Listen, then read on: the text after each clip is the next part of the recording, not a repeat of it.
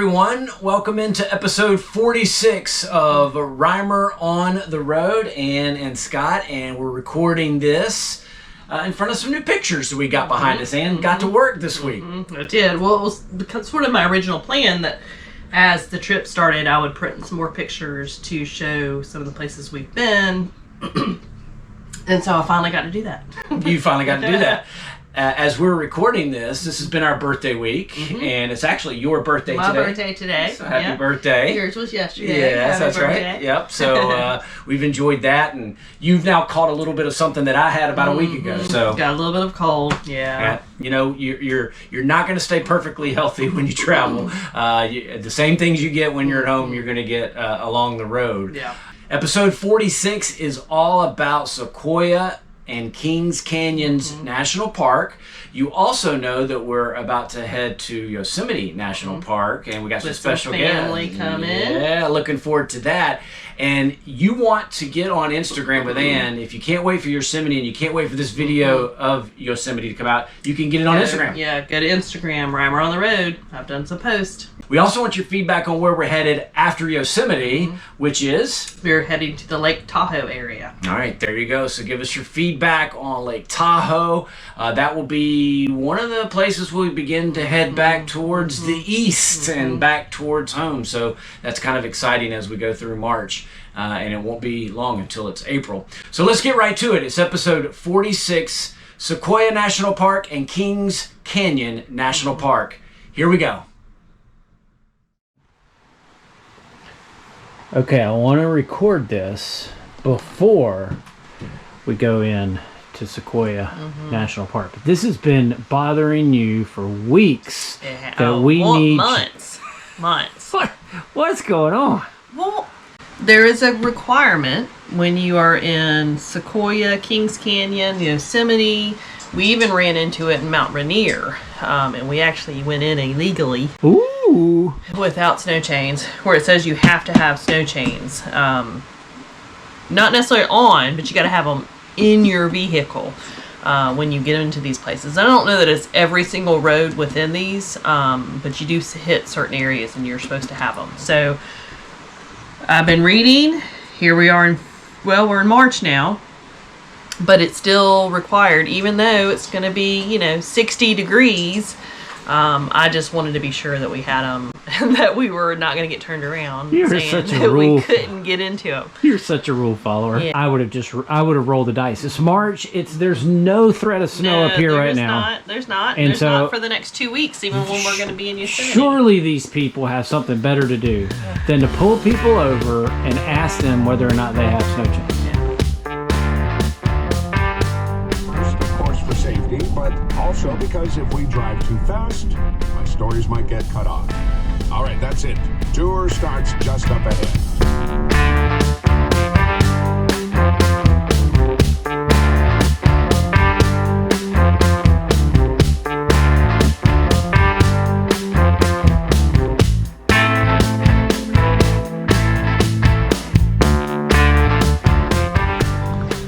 Still see the scratches when this was an actual road, or this was the road.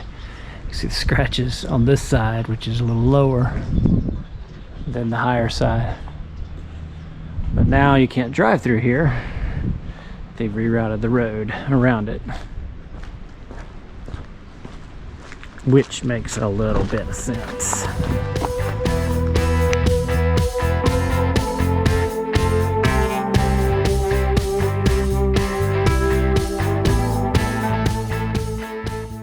Sequoia National Park we went to first, and this was the closest to us in Three Rivers. And when people talk about Sequoia National Park, take a guess at what is the star of the show. The sequoia trees, right? And General Sherman is the main attraction in Sequoia. The largest tree in the world by volume.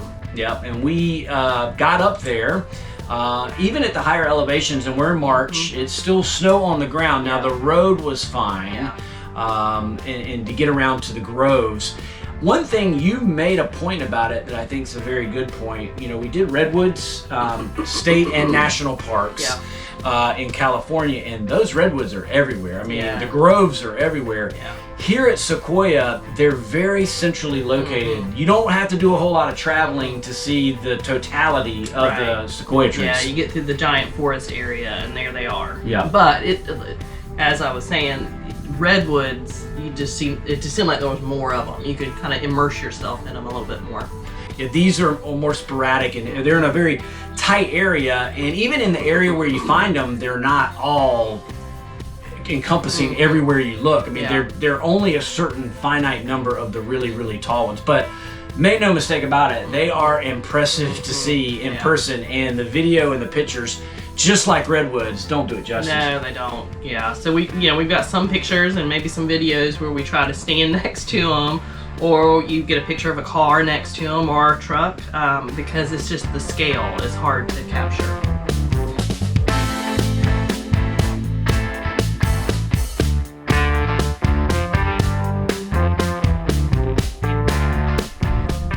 See the haze way down in the San Joaquin Valley there. As the sign said at this overlook, that is haze and pollution coming from San Francisco area, and it comes up the San Joaquin Valley and to the outer boundaries here of the national park.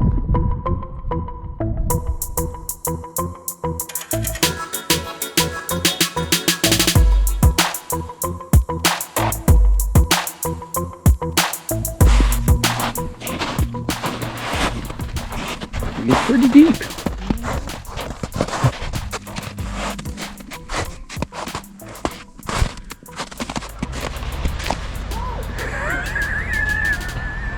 I got it.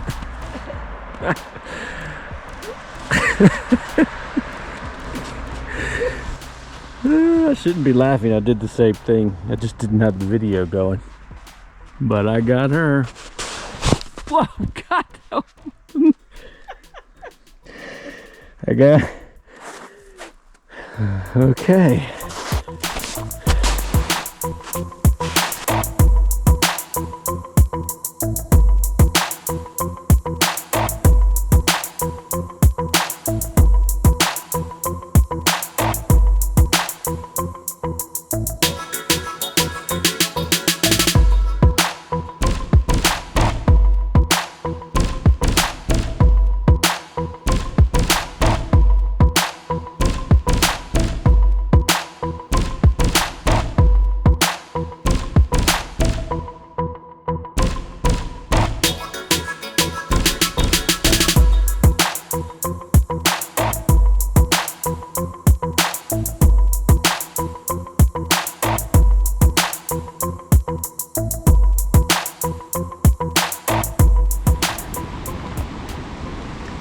Right, the acorn, and they would ground the acorn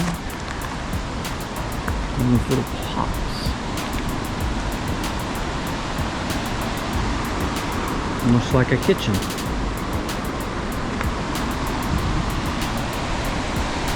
And the river below.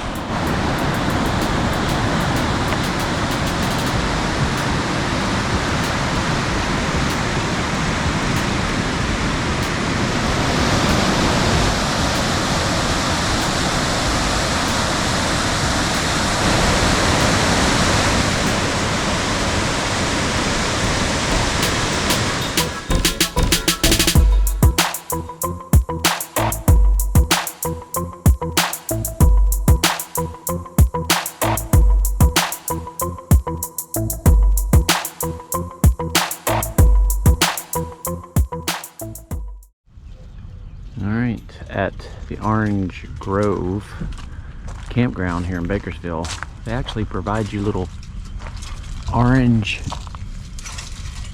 catchers, I don't know what you call these things, that can assist you, I guess, in getting the oranges off the trees.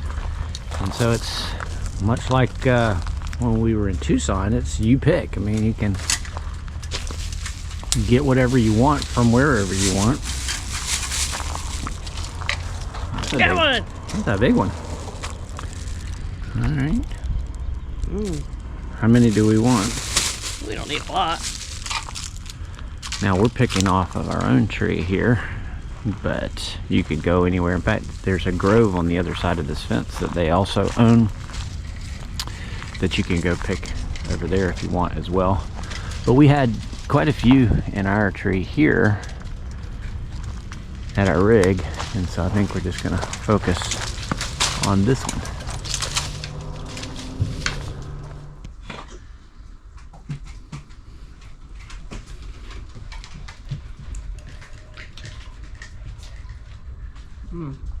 Fresh off the tree. That's pretty good. Now, you would think that you can pick, and they encourage you to pick. So you pick here, it's free. It's not a problem. But you can see, it looks like Anne's enjoying that. But look how many she got. My gracious. Getting my vitamin C for free.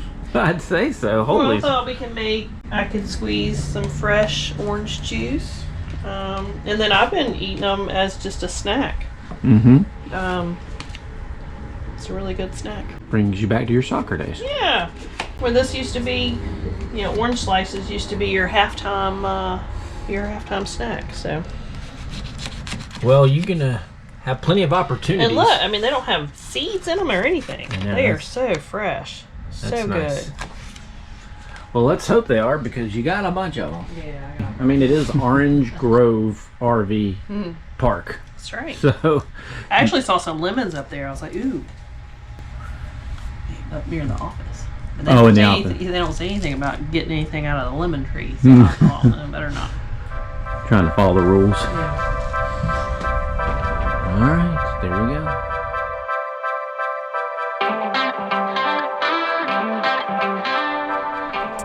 All right, Kings Canyon National Park, which actually sits right beside Sequoia National Park. They're almost joined at the hip. And when you're not in the winter season, you can actually get to Kings Canyon very quickly from Sequoia. Yeah. But we were not able to do that because that road, the General's Highway. General's Highway was closes during the winter. Yeah. And we were there in the winter. We knew that. Yeah. So, yeah. And so we had to go around to get to Kings Canyon, which was a pretty good drive. You like the snow? You like the snow? Huh? You like the snow? I think you like the snow.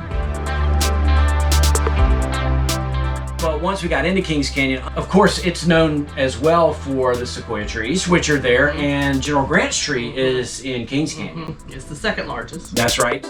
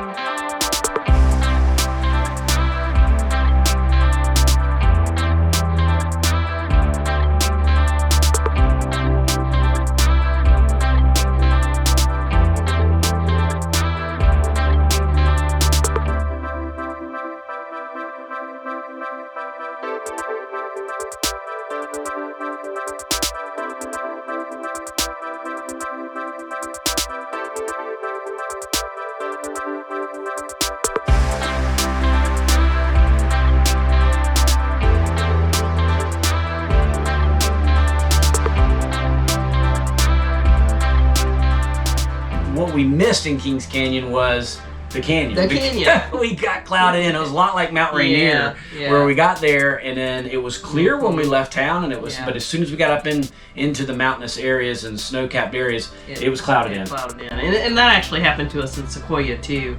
They always talk about how the weather can change so quickly up there, and in both instances, we had sunny at first, and then those clouds rolled in, and you couldn't see. So. To stay and partake in winter activities.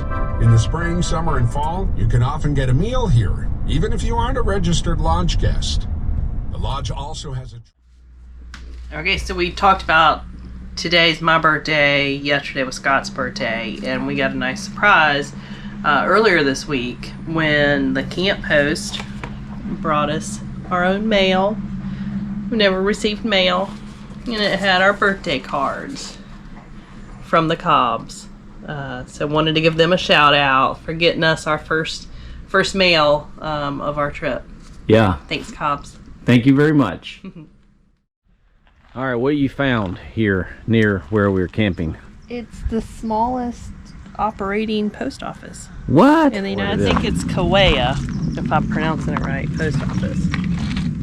Sequoia. I think you're right. Yeah. Smallest in the United States. Yep. And I can see what they're saying there. Yeah. It's got like a couple of the old boxes in here. I don't know if you can see that through the screen. A little sign for stamps. And even though it's the smallest, they still got the United States flag, the stars and stripes flying on it. In fact, I'm not sure our truck's not bigger than this place. Oh, it's totally big. That's crazy. All right, let's go get some lunch.